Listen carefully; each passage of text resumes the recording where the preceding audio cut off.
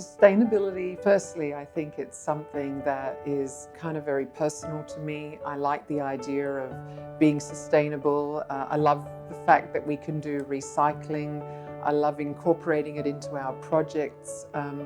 But I think it's something that we need to educate more people about. And I think at the same time, if everybody makes a concerted effort, I think where we would get a great result at the end of the day. We love to have a lot of natural light, so we try and use a lot of less energy consumption in terms of lighting, as you can see in the office. Paperless environment, we're a lot more technology orientated. Something that we're very conscious about is the materials we use.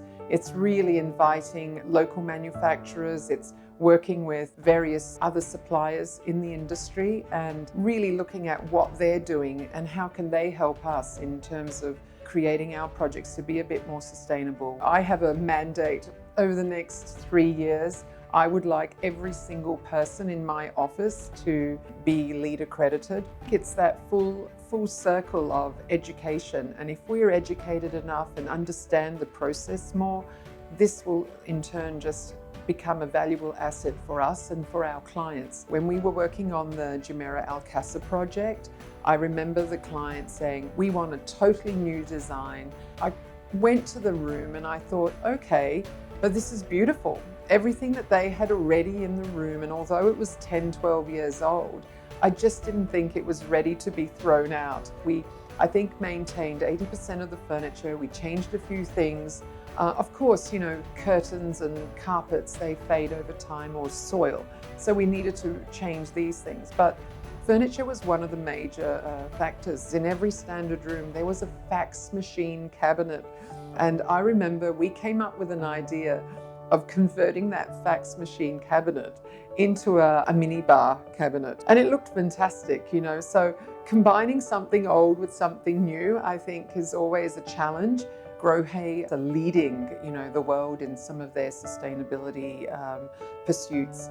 Infrared taps and faucets that really able to control the water flow. This is really amazing, and we need to be doing a little bit more, whether it's from toilets and flushing and saving water in lots of different ways. 68% of the water is consumed in the bathroom. So if we can actually change that and halve that, you know, over the next decade would be amazing, where everyone's a little bit more conscious. When I was researching what Grohe were doing, and not just only on this sustainability efforts, the more people have that option to be able to drink water out of a tap as well. I mean, this is just amazing. If we can do that and find a way to really promote that, you know, from a sustainability point of view, I think, you know, we should all be part of that.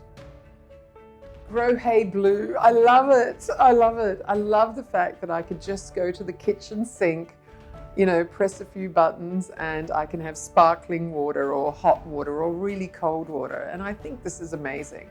I think every household should have this, every office should have it. And not from the point of view that we always have to buy water, you know, bottled water. I want to get away from the plastics. And also the Grohe red, you know, just to get that hot water for that cup of tea. So I think those products are something that we can't do without. And from a sustainability point of view, it just goes such a long way. When you have an office of 50 people, and just to be able to go to the kitchen tap to make your cup of coffee or cup of tea, I think is amazing. I really like the shower toilet. I think this is a revolutionary product for our projects, and it not only saves on space, you know, without having a toilet and a bidet. I think this is something that we should be trying to incorporate in every one of our projects.